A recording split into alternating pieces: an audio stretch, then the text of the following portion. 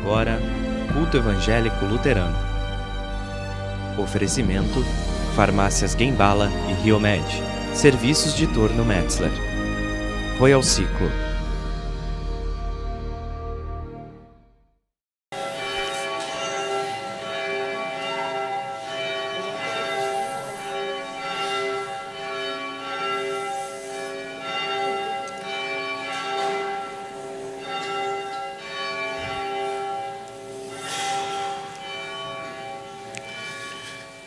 Quero desejar a todos um cordial bom dia. Que bom que você está conosco nesse domingo de manhã, você que está aqui conosco, o pessoal que está nos assistindo na TV Vale Europeu, sejam bem-vindos, que Deus abençoe suas vidas. Também nessa manhã nós estamos reunidos aqui em nome de Deus, que é Pai, que é Filho, que é Espírito Santo. O nosso desejo, a nossa oração é que este Senhor fale com você também neste domingo de manhã.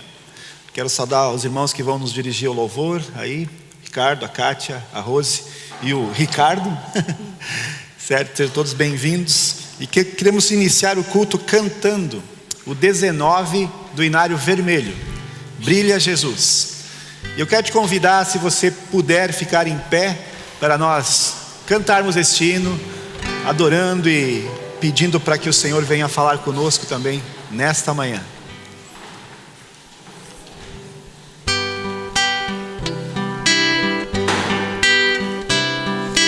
Vejo a luz do Senhor que brilha bem no meio das trevas, brilha. Jesus Cristo é a luz deste mundo, nos acorda do sono profundo. Brilha em mim, brilha em mim, brilha Jesus, enche a terra com tua glória, queima Espírito nossos corações, flua de ti sobre os povos, eterna graça vem ordenar que haja luz, ó Senhor. Eis-me achego ao teu trono incrível, do mais finito ao intangível. Por teu sangue precioso eu ouso entrar, minhas sombras da alma vem dissipar. Brilha em mim, brilha em mim, brilha Jesus, enche a terra com tua glória, queima Espírito nossos corações,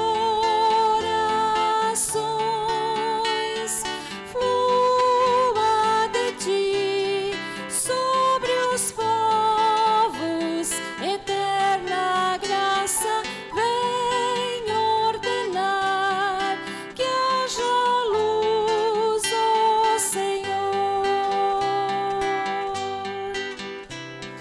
Contemplando tua majestade, teu reflexo em nossas faces, cada dia de glória em glória, mostrem sempre a tua história. Brilha em mim, brilha em mim, brilha Jesus, enche a terra com tua glória, queima Espírito nossos corações,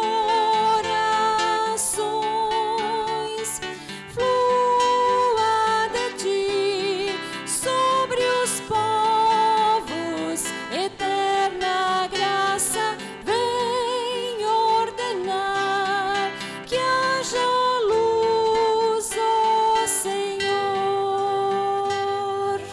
Que esse Cristo que é a luz do mundo, que Ele brilhe na nossa vida, em nossos corações, neste domingo de manhã. Que Ele fale com você. E eu queria saudar você com o texto do Salmo 18:30, que diz: Ele é um escudo para todos os que nele se refugiam.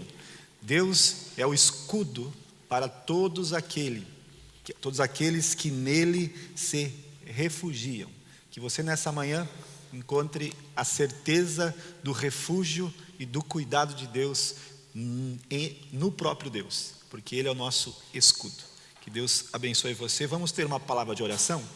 Pai amado, obrigado porque podemos nos reunir neste domingo para celebrar a Tua presença, ouvir a Tua palavra, louvar o Teu santo nome e também termos comunhão uns com os outros. Abençoa, Senhor Deus, este nosso culto, este culto a Ti, Pai amado, para que a gente, ao sair daqui hoje de manhã, possa sair transformados, edificados, Senhor Deus, confrontados pela realidade da Tua palavra.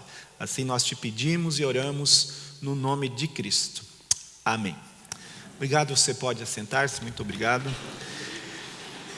Vamos cantar o 198 do HPD, esse hinário pequenininho que está aí nos bancos, hinos do povo de Deus, HPD. Ó bem cego eu andei e perdido vaguei. Número 100.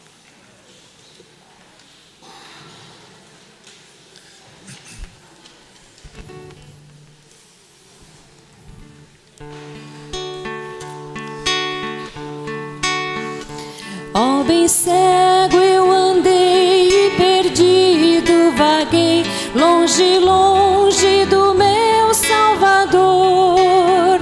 Mas da glória desceu e seu sangue verteu por salvar ao tão pobre pecador. Foi na cruz que a tremer percebi meu pecado castigado em Jesus. Foi ali pela fé onde os olhos abri e hoje salvo me alegro em sua luz. Bem ouvia falar dessa graça sem par que nos deu Salvador em Jesus. Mas eu surdo me fiz, converter-me não quis ao Senhor que por mim morreu na cruz. Foi na cruz que a tremer percebi meu pecado castigado em Jesus. Foi ali pela fé onde os olhos abri e hoje salvo me alegro em sua luz. Mas um dia senti meu pecado e tremi, vendo as penas da justiça e da lei. Apressado fugi, em Jesus me escondi e refúgio seguro nele achei. Foi na cruz que a tremer percebi meu pecado castigado em Jesus. Foi ali pela fé onde os olhos abri e hoje salvo me alegro em sua luz. Quão feliz é então este meu coração a gozar aquele tão santo amor que levou meu Jesus a sofrer lá na cruz por salvar ao tão pobre pecador. Foi na cruz que a tremer percebi meu pecado castigado em Jesus. Foi ali pela fé onde os olhos abri e hoje salvo me alegro em sua luz.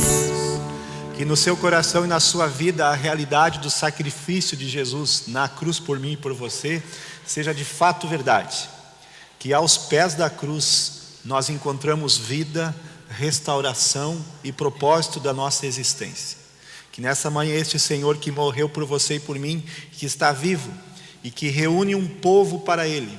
O Apocalipse diz que no final dos tempos haverá um encontro de todos os povos, de todas as tribos, de todas as raças, de todas as nações diante deste que venceu a morte e possui, segundo o texto do Evangelho de Mateus, toda a autoridade, não só na terra, mas como no céu.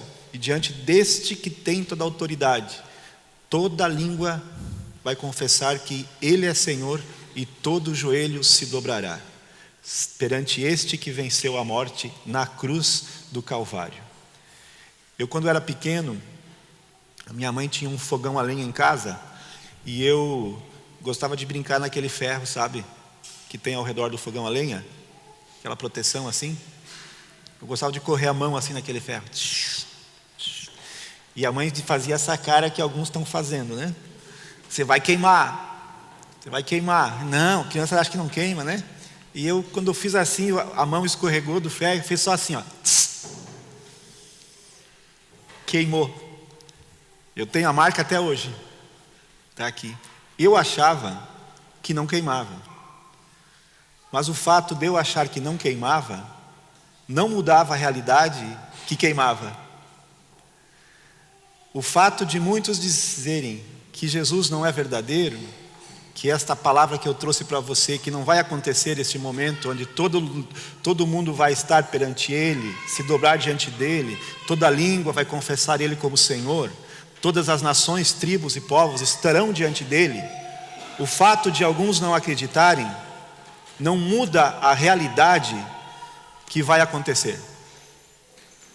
Então que você e eu nessa manhã sejamos edificados nessa certeza, e nós queremos cantar esta visão do Apocalipse de todas as tribos, povos e raças. Muitos virão te louvar. Eu quero convidar para nós cantarmos então o 87 do Inário Vermelho. De todas as tribos, povos e raças. Haverá o dia em que todos estarão diante deste que na cruz morreu por nós e ressuscitou e está vivo. Esta é a nossa declaração de fé. De todas as tribos, povos e raças, número 87.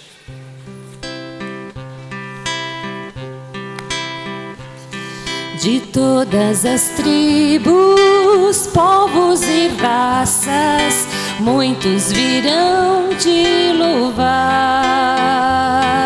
De tantas culturas, línguas e nações, no tempo e no espaço virão te adorar.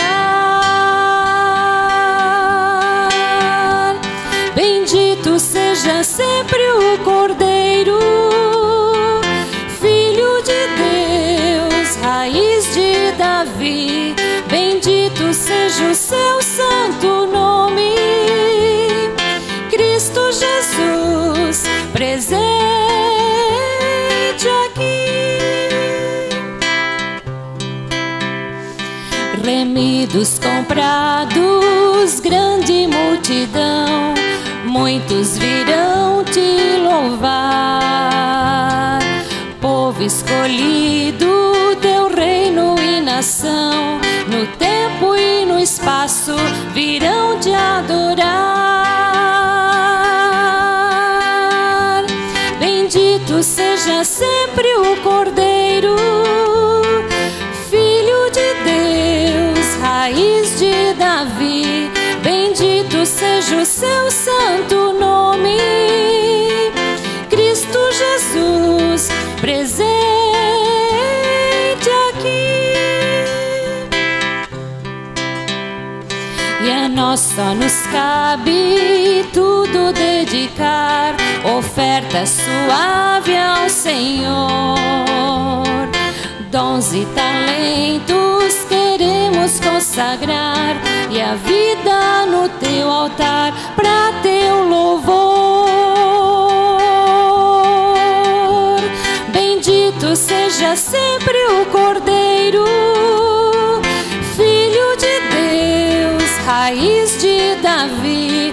Bendito seja o seu santo nome, Cristo Jesus, presente aqui.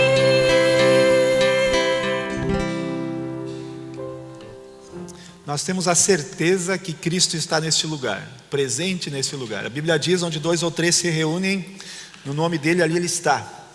E nessa manhã nós queremos conversar sobre a realidade do mal em nosso meio.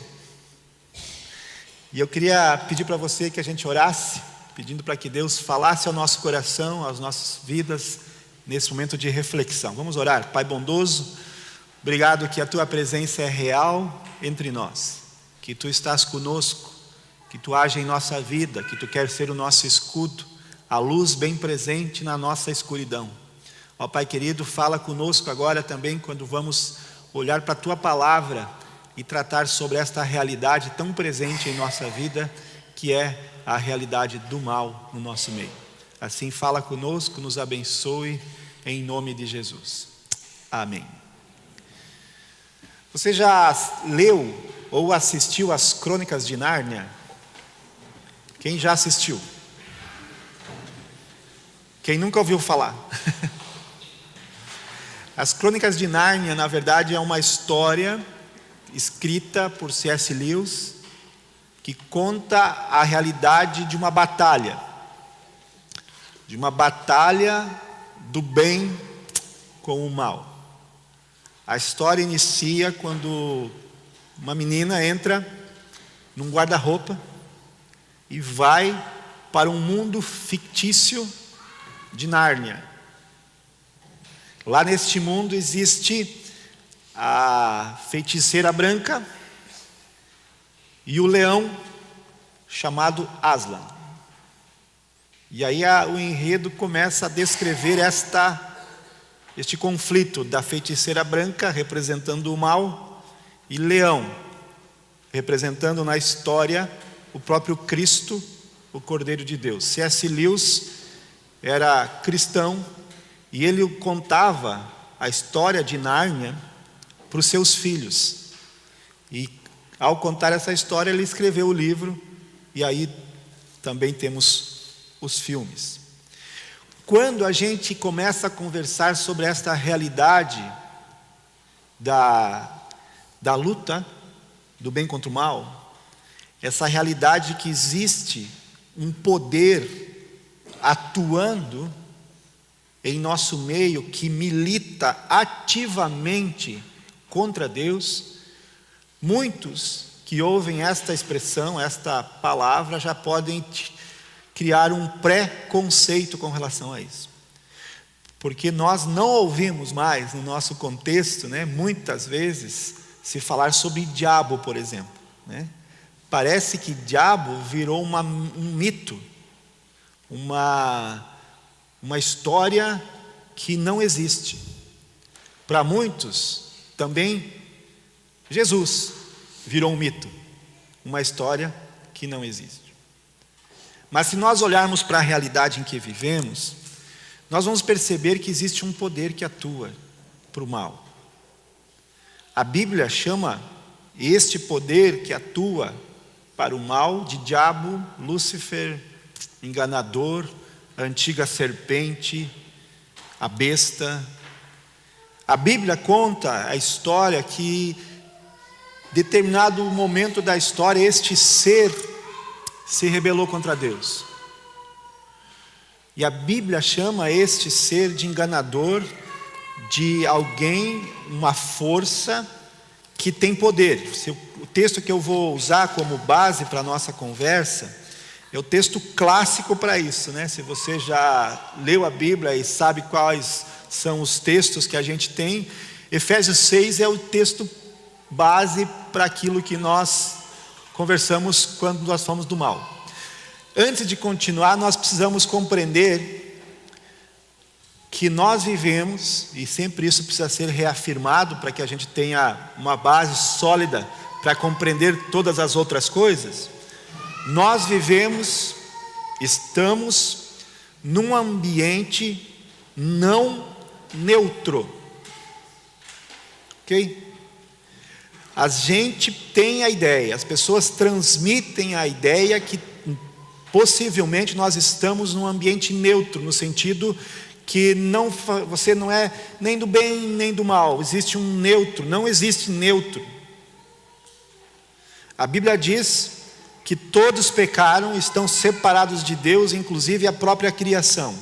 Então, desde o pecado, todos nós estamos separados de Deus, distantes dele. A criação sofre, eu e você sofremos. Então, um ponto principal que nós precisamos entender: nós não vivemos em um ambiente neutro. A Bíblia é clara em dizer isso. Ou você é de Cristo, ou você não é de Cristo. E Jesus, numa forma muito dura, ele diz para os fariseus: vocês são filhos do diabo. Então a coisa aqui é séria. Essa questão de neutralidade não existe. O texto bíblico deixa claro. Então, nessa questão, ou nós estamos com Cristo ou estamos longe dele. Estando longe dele, você já se posiciona, já está naquele que domina aquilo que está longe dele. E eu volto ao texto bíblico. Paulo escreve aos Efésios, ele diz assim, finalmente, fortaleçam-se no Senhor, no seu forte poder, vistam toda a armadura de Deus para poderem ficar firmes contra as ciladas do diabo, pois a nossa luta não é contra seres humanos, mas contra os principados e potestades do ar, contra os dominadores deste mundo de trevas, contra as forças espirituais do mal nas regiões celestiais. Por isso, vistam toda a armadura de Deus para que possam resistir o dia mau e permanecer firmes, inabaláveis, depois de terem feito tudo. Assim, mantenham-se firmes, cingindo-se com o cinto da verdade, vestindo a couraça da justiça, tendo os pés calçados com a prontidão do evangelho da paz. Além disso, usem o capacete da fé, com o qual vocês poderão apagar todas as setas inflamadas do maligno. O escudo da fé, na verdade, com o qual vocês poderão apagar todas as setas inflamadas do maligno. Use o capacete da salvação e a espada do Espírito, que é a palavra de Deus. Orem no Espírito em todas as ocasiões, com toda oração e súplica, tendo isso em mente, mas estejam atentos e perseverem na oração com todos os santos. O texto bíblico mostra essa realidade de um ser que ativamente age contra Deus e os seus. E este texto nos faz um alerta. Este ser é poderoso, ele produz ciladas, este ser é maligno, este ser é astuto. Queridos, não brinquemos com aquilo que este ser, intitulado neste texto, de diabo faz. Nós vamos ver isso, qual é a função dele. Por quê? Pergunta que eu queria conversar com você: por que devemos acreditar na existência desse ser chamado diabo? Por quê? Porque a Bíblia fala. Se você for em Jó, capítulo 1, você vai ver que a descrição de Jó diz que diante de Deus estavam todos os anjos, entre eles o diabo. E aí ele reivindica para si a vida de Jó, porque ele diz assim: Jó, Deus, Jó te serve porque ele tem tudo. E aí Deus permite que o diabo haja na vida de Jó, e ele acaba perdendo tudo. Porém, Deus dá um limite para a ação dele: não ataque contra a sua vida. Realidade. Jesus fala disso. Por que acreditar na existência deste ser que se rebelou contra Deus e está ativamente contra os seus, contra aqueles que são de Cristo? Jesus falou. Em Mateus 4, nós temos a tentação no deserto, onde Jesus, depois do batismo dele, vai para o deserto, fica 40 dias em jejum, e o diabo aparece perante ele e oferece então os reinos, pede para que ele transforme pedra em pão. Jesus experimentou isso também no seu ministério. Pessoas que estavam tomadas por espíritos malignos. Jesus é alguém que nos mostra isso. Pedro, o apóstolo Pedro diz em certa altura, em 1 Pedro, que o diabo é um leão que ruge, procurando alguém para devorar. Você já viu um leão rugindo, não? De noite, assim? Apavorante, né? Você vê os filmes assim, ou você vê, talvez, quando você está perto de um zoológico, você ouve eles rugindo. Uma vez nós estávamos em Passo Fundo, a faculdade lá tem a UPF tem um zoológico não muito grande, tem um leão. Era de dia, e ele estava bem longe. E ele fazia uns barulhos assustadores, assim. Pedro descreve como um leão que ruge. Paulo, como já lemos no texto, diz que ele faz ciladas. Então, a compreensão da existência deste ser rebelde contra Deus, no texto bíblico chamado de diabo e enganador e outras coisas, é real. Também os cristãos ao longo da história, se você ler todos os pais da igreja, pessoas que viveram lá no século I, século II, vão descrever a ação deste ser que os fazia tentar e desviar da fé.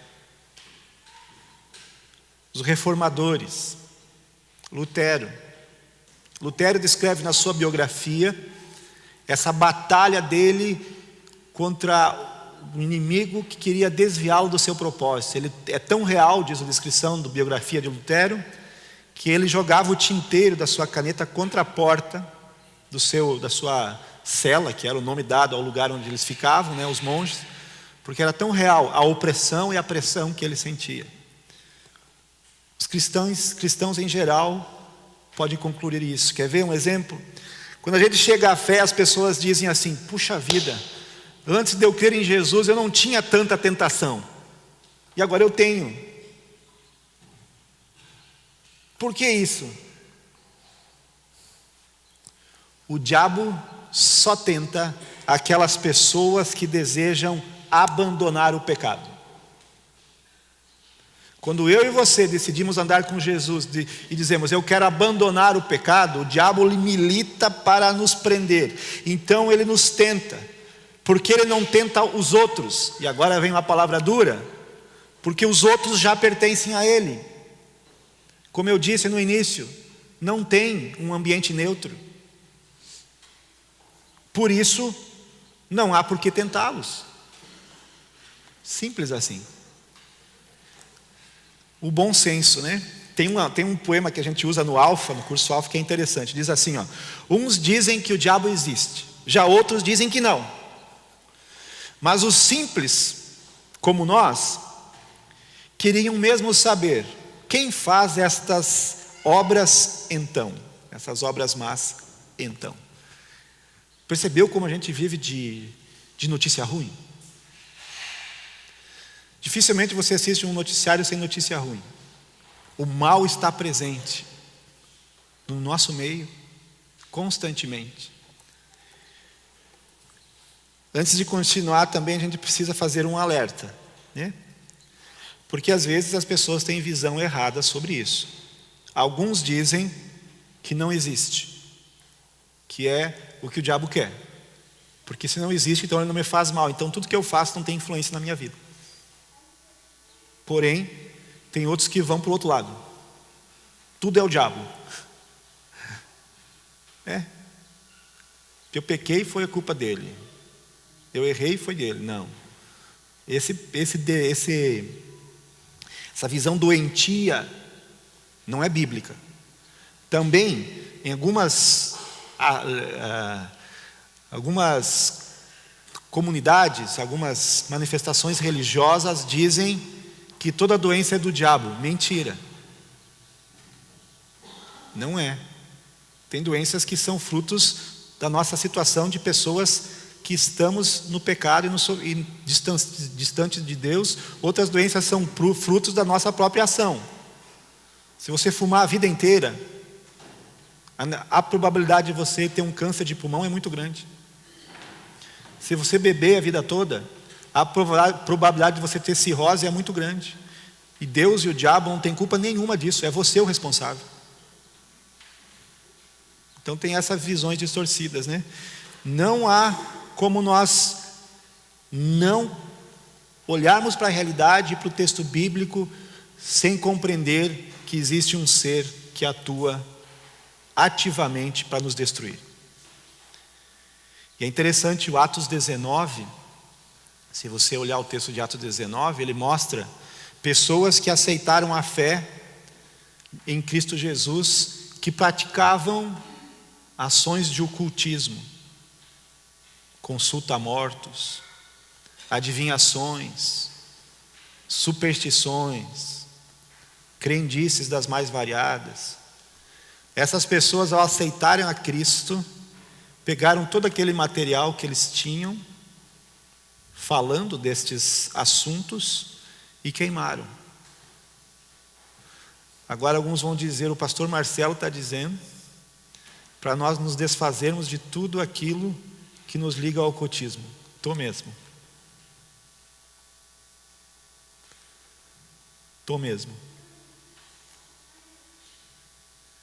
Porque nós precisamos compreender que isto não é brincadeira. Você que age de forma a buscar o ocultismo, nos mais variados desdobramentos dele, seja no ocultismo mais básico ou do profundo, que seja com sacrifícios, com rituais mais profundos, ou seja aquele simples benzimento que você leva alguém para fazer. Você está abrindo uma oportunidade para que o diabo entre na sua vida. E o que o diabo vem fazer? O texto de João fala o que ele vem fazer.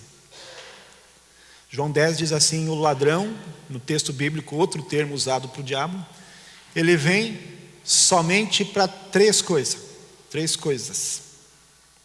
Roubar, matar e destruir.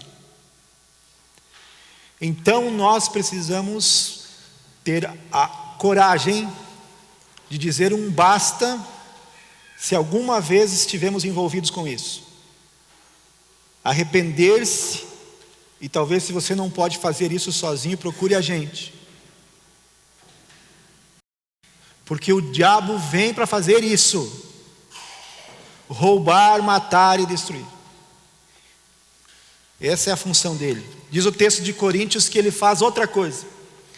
Diz o texto lá que ele cegou o entendimento para que a gente não compreenda aquilo que Deus quer de nós. Ele cega a nossa compreensão. Diz lá, o Deus desse século cegou o entendimento, cegou os olhos, para que não percebamos, para que as pessoas não percebam quem Jesus é. Então o que o diabo faz? Ele cega a visão da gente, das pessoas que o buscam. Por isso, quando as pessoas vão buscar o ocultismo, geralmente não, todas as vezes, essas pessoas se afastam do Evangelho. Ou essas pessoas começam a não querer mais a fé, não querer mais compreender aquilo que Deus tem para elas em Cristo Jesus. Meus irmãos, isso é algo sério demais para a gente brincar. Esses tempos tinha uma brincadeira, não sei se você lembra, o Charlie. Faz o quê? Uns 4, 5 anos isso, eu acho. Que nas escolas foi uma febre. Que supostamente se invocava um espírito de um homem, de uma pessoa chamado Charlie, para ter respostas. Não sei se você acompanhou, numa escola de Manaus, crianças começaram a ter pavor de ir para a escola, assustadas ao extremo. Psicólogas, conselho tutelar foram acionados porque estavam entrando em caos, em colapso a escola, porque estavam buscando orientação com o Charlie. Aqui em Rio do Sul também teve. Não sei se você lembra, talvez você não acompanhou seu filho, mas seu filho, eu fiz um trabalho com o pessoal do ensino confirmatório falando disso, quando naquele tempo estava no top ali. Busca a espiritualidade doentia, a contato com os mortos. Cristo quer nos libertar disso e Ele quer fazer de de você, de mim e de você, uma nova pessoa. A realidade desta batalha, de fato, ela é presente. O texto, então, de Efésios, que nós lemos, diz que nós somos convidados a nos defendermos desses ataques que o inimigo faz para conosco. Antes de continuar, um parênteses. Se você tem alguma relação com algum ocultismo, alguma prática, e hoje de manhã você está sendo confrontado com isso, deixe disso. Deixe disso. Porque o diabo vem só para roubar, matar e destruir. E a gente se coloca à disposição se você quiser nos procurar. Porque isso vai destruir a sua vida, ou se não, já destruiu. Voltando ao texto, diz que nós podemos nos defender dos ataques do inimigo. E o texto de Paulo fala de uma armadura. Uma armadura de um soldado.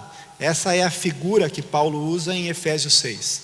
Ele usa: vistam toda a armadura de Deus para poderem ficar firmes contra as ciladas do diabo. Ou seja, o diabo vai fazer cilada.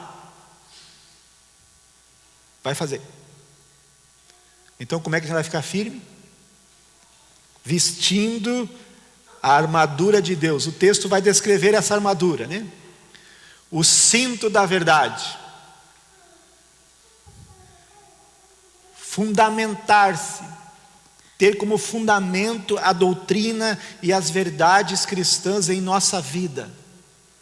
A nossa igreja luterana, ela foi conhecida na história como Igreja da Palavra.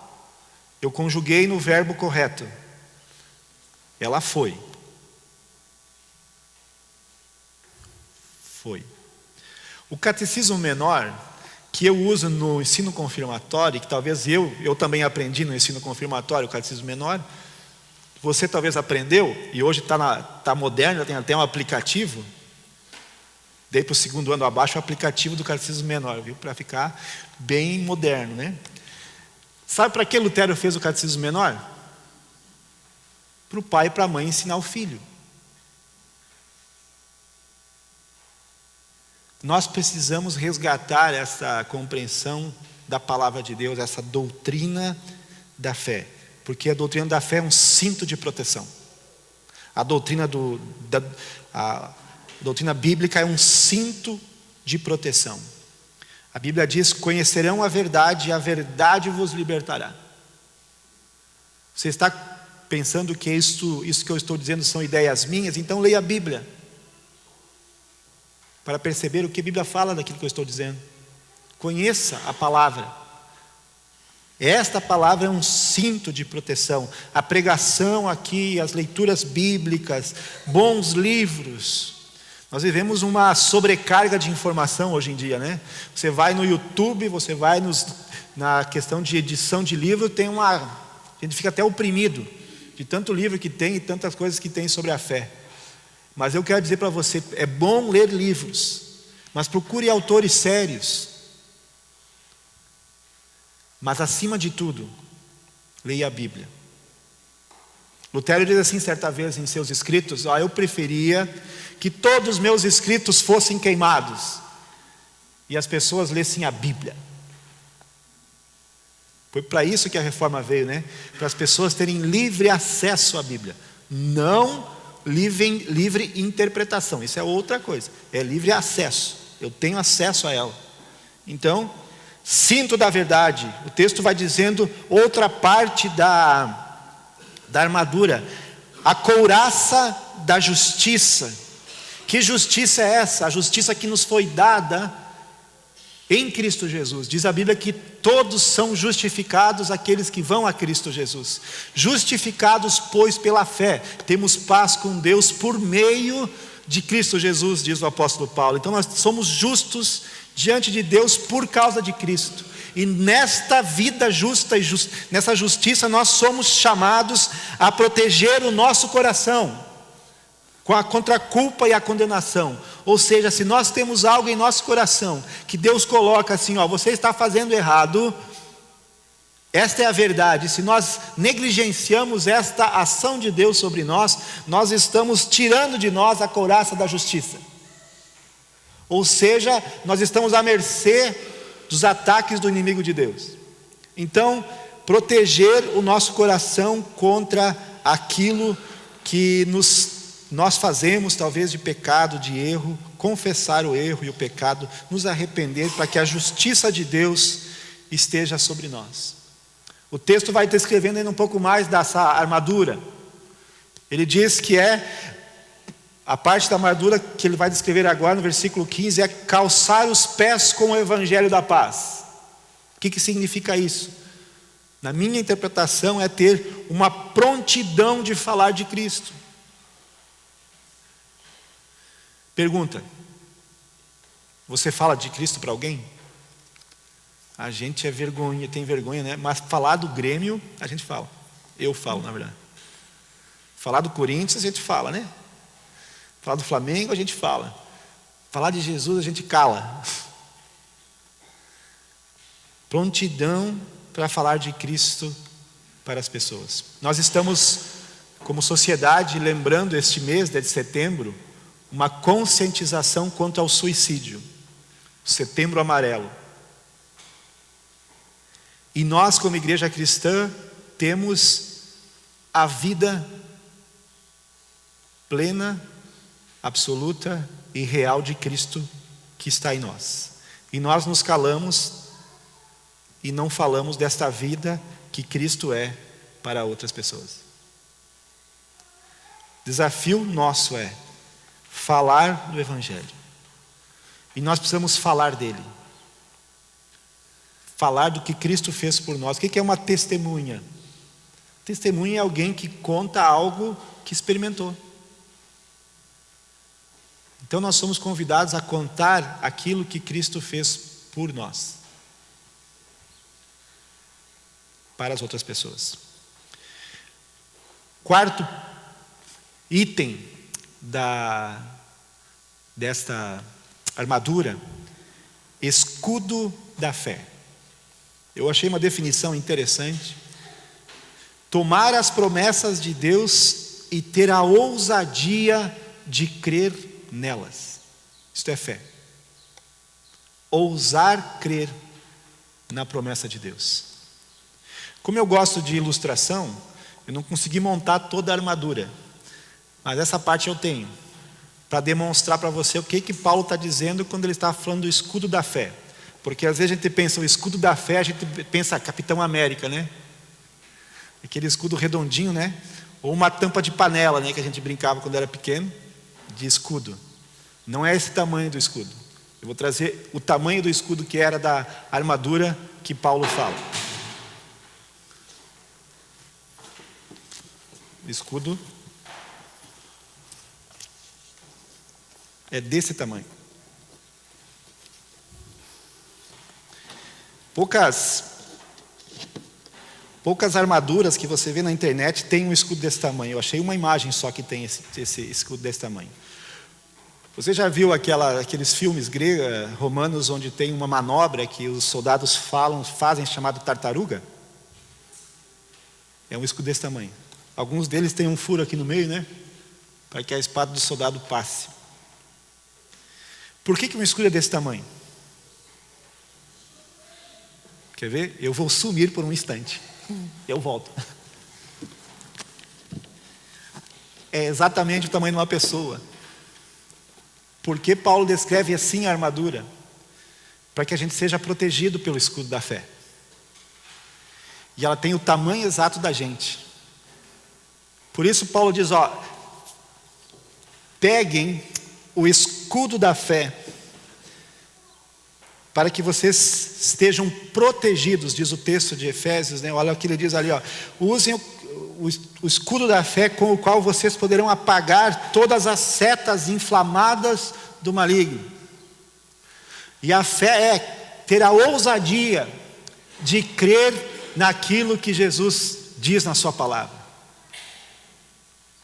Ousadia de crer. Eu acho impressionante o que o texto bíblico nos mostra de pessoas que experimentaram a fé, as ações de Deus nas suas vidas. Nenhum texto bíblico, o milagre antecede a fé. Quer ver? Antecede uma ação humana daquele que crê. Por exemplo, quando Moisés foi atravessar o Mar Vermelho com o povo de Israel, Deus disse: Moisés, tu vai atravessar o Mar Vermelho. E Moisés ficou esperando. Nada aconteceu. Aí Deus disse: estenda a mão. E eu fico pensando, mais ou menos 3 milhões de pessoas atrás de mim, Moisés, né? Uma aguaceira na minha frente. Atrás dessas pessoas que estão atrás de mim, um exército egípcio chegando. E agora Deus diz para mim: estenda a mão.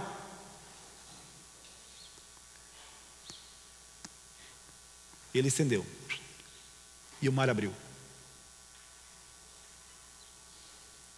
A fé é ousar confiar naquilo que Deus disse. E não é só esse momento.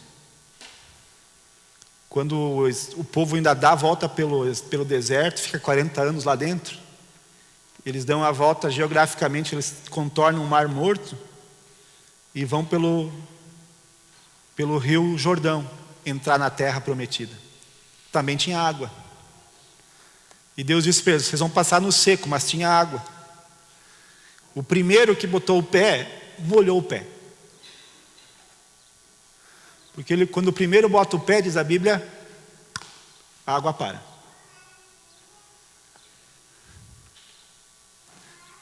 Sabe por que nós não experimentamos Deus, muitas vezes? Porque nós esperamos o milagre acontecer para acreditar nele. A fé não espera o milagre acontecer. A fé crê que o milagre vai acontecer. E faz aquilo que Deus pede. Eu não sei qual é a situação que você experimenta na sua vida. Situação na qual você diz assim: não tenho mais esperança. Creia. Confie. Se refugie, né? Nós ouvimos no texto inicial ali, Deus é o nosso escudo e nós podemos nos refugiar dele lá na saudação. Se refugie, se esconda atrás do escudo da fé. Se esconda atrás. Não sou eu nem você. É Cristo que nos protege. Capacete da salvação. Ou seja, um compromisso real com esse Jesus que morreu por nós. Aquele que nos salvou com a sua morte e ressurreição. Aquele que nos livra da punição do pecado. Nos salva agora do poder do pecado. E aquele que nos promete a salvação da presença do pecado. Em Cristo Jesus, lá na cruz, Ele nos salvou da punição do pecado. Hoje, quando nós experimentamos Cristo, Ele nos salva do poder do pecado. Ou seja, eu posso agora em Cristo viver uma vida nova. E este Cristo que me salva hoje do poder do pecado, me salvará eternamente da presença do pecado. E por último, essa armadura termina com a espada do Espírito, a palavra de Deus. É a única arma de ataque. Única. E essa arma é a palavra viva de Deus. E para terminar, eu queria convidar você e motivar você. Paulo vai dizer isso, no versículo 18 desse texto. Orem no Espírito em todas as ocasiões. Nós somos convidados a orar a Deus em todos os momentos. Ou seja, viver a vida em todos os momentos, conscientes que a presença de Deus está conosco. E todas as coisas colocar diante de Deus. O problema nosso é que nós temos uma visão da vida em departamentos. Hoje de manhã, você está no departamento da fé, na igreja. Hoje à tarde, quando você assistir Santos e São Paulo, ou Chapecoense e Inter, é que meu time já ganhou ontem. É amanhã, Chapecoense e Inter. Você perde, você sai da gaveta da fé. E lá você pode xingar, chamar o juiz de tudo que é jeito e tal, porque afinal de contas a minha vida de fé está aqui domingo de manhã, hoje à tarde não tem nada a ver. Assim nós vivemos. Não é assim que a Bíblia fala que nós devemos viver. Ela diz que a nossa vida está debaixo do Senhor Jesus. E em todos os momentos nós devemos vivê-la. Em todos os momentos nós devemos orar em espírito. A gente confunde orar com a expressão externa de curvar a mão, juntar a mão e curvar os joelhos. Porque Jesus está falando assim, que a minha vida interior tem que viver em oração a Deus. Ou seja, avaliar cada situação na perspectiva daquilo que Deus faria ou que a sua palavra nos diz. Essa é a palavra de Deus. Isso é viver em oração. Porque nós também separamos, agora eu vou orar. E parece que depois quando está jogando bola não é oração. Não é espiritualidade. É também a mesma coisa que aqui. Só você não está falando talvez, mas você tem que viver aquilo que você orou. Então o Paulo nos convida, orem, porque Satanás treme quando nós oramos. E para terminar definitivamente, nós estamos aí num período conturbado na nossa nação, difícil, com polarizações das mais diversas, ações das mais diversas. Eu lembrei, esses dias tenho lembrado da Coreia do Sul. Já falei aqui acho que uma vez, mas não custa repetir. A Coreia do Sul, nos anos 80, era um país destruído pela miséria, corrupção, morte por falta de assistência médica e um monte de coisa ruim. E a igreja cristã sul-coreana, ela começou um processo de oração da madrugada. A igreja começou a orar todo dia, das 5 da manhã até as 6 da manhã, até as 6 e pouquinho, até quando podia ficar, depois o pessoal ia trabalhar. Todas as igrejas, ou a grande parte das igrejas, começaram esse movimento de oração. Hoje, 2018, a Coreia do Sul é a 8ª economia do mundo. Qualidade de vida para praticamente toda a população muito boa, fruto de uma igreja que orou pela sua nação. Paulo fala de oração para não sermos afligidos pelos ataques do inimigo. Nós precisamos orar para sermos protegidos por Deus. Mas eu queria convocar você para nós orarmos pelo nosso Brasil, pela nação brasileira, porque só Cristo pode transformar. Não existe Salvador da pátria, existe o Senhor da pátria. Esse pode transformar. E nós somos chamados a sermos igreja que ora. Ora para não sermos destruídos pelo inimigo, e ora para que a nossa nação também seja uma nação próspera. Eu quero te convidar para nós ficarmos em pé, para nós orarmos.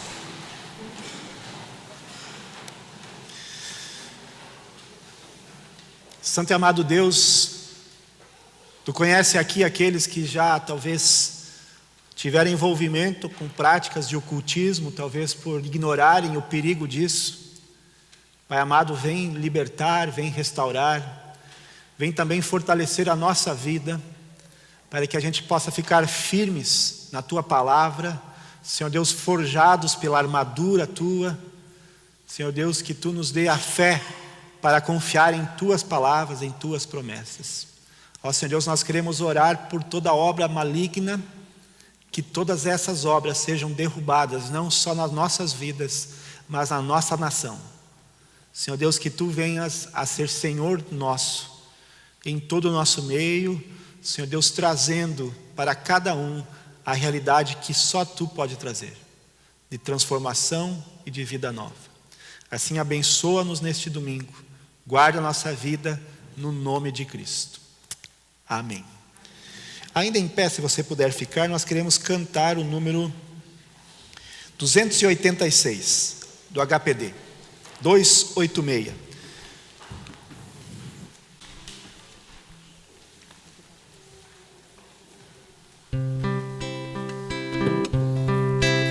Obrigado, Pai Celeste, pelas bênçãos que nos deste, pelo pão de cada dia, por saúde e alegria, por tristeza e por prazer, por trabalho e por lazer. Por meu lar, muito obrigado, que em amor tens abençoado.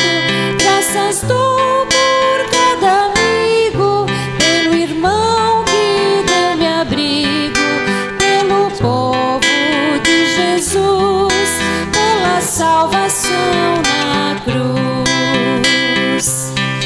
Graças que no mau momento és amparo e és sustento, minha culpa perdoaste, do abismo me salvaste. Quero, pois, a Te servir e somente a Te seguir. Queria te convidar também para os programas dessa semana. Nós teremos dia 23 de setembro às 9h30, o culto, né? Semana que vem. Hoje à noite, 7h30 aqui no Centro Evangélico, culto também, você é convidado. Novos membros, dia 19 de setembro, na quarta-feira, às 19 horas no Centro Evangélico. A Oase, também dia 19, às 20 horas no Centro Evangélico. E dia 22, no sábado, nós temos o Café da Primavera, às 15 horas no Centro Evangélico, cujos cartões podem ser adquiridos na secretaria. E também o dinheiro arrecadado, parte desse dinheiro do café, vai ser destinado para a Tarde Mirim, o trabalho que é feito lá no Miranda. A oferta do culto passado somou R$1.121,85, e a oferta de hoje, o destino dela é a própria comunidade. Antes da oração final, eu queria fazer um pedido e um comunicado. A Juventude Evangélica, a GERS, vai fazer dia 6 de outubro uma pastelada. E aí o Brian está lá atrás, está lá, né, Brian? Vai ficar lá na porta, e ele vai ter ficha, se você quiser levar junto para vender para a gente fica agradecido. A ficha custa R$4 e o dinheiro vai ser usado para custear as despesas do nosso retiro e também ajudar a comunidade, e nós queremos ser parceiros da comunidade nesse sentido, ajudar, ofertar para a comunidade. Então, se você quiser nos ajudar, passa lá, o Brian vai ter as fichas, custa R$4 cada uma. Vamos orar para encerrar nessa manhã? Santo Deus, te agradecemos por esse momento de culto também, pela nossa vida, pelo Teu cuidado. Agora te pedimos Tua proteção também na ida para casa agora. Pedimos também pelas mulheres que estão no retiro de mulheres, que Tu cuide delas, que Tu também cuide no retorno para cá, hoje à tarde, que todos venham em segurança. Também abençoa as nossas famílias e as nossas casas neste domingo. Que Tu nos oriente e nos dirija. Que Tu nos dê sabedoria e discernimento para não abrir nenhuma porta, nenhuma brecha para que o inimigo entre em nossas casas. Que nós possamos ser soldados como descritos em Efésios 6, forjados com a Tua armadura. Que Tu venhas estar conosco e nos abençoar Tudo nós te pedimos em nome de Jesus e também juntos queremos orar a oração que tu mesmo nos ensinou. Pai nosso que estás no céu, santificado seja o teu nome. Venha o teu reino, seja o teu assim na terra como no céu.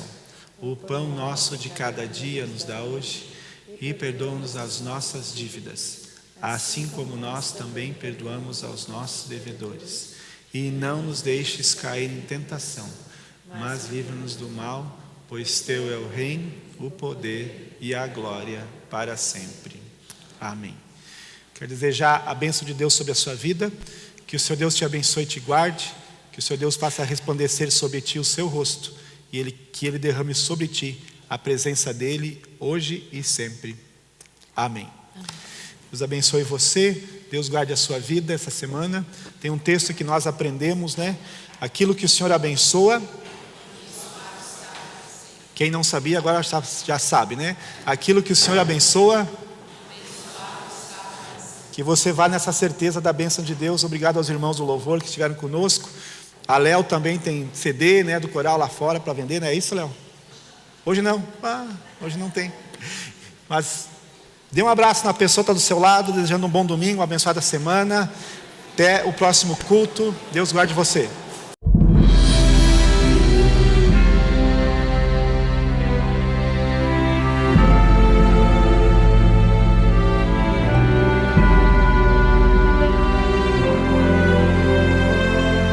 Você assistiu Culto Evangélico Luterano. Oferecimento: Farmácias Gembala e Riomed. Serviços de Torno Metzler. Royal Ciclo.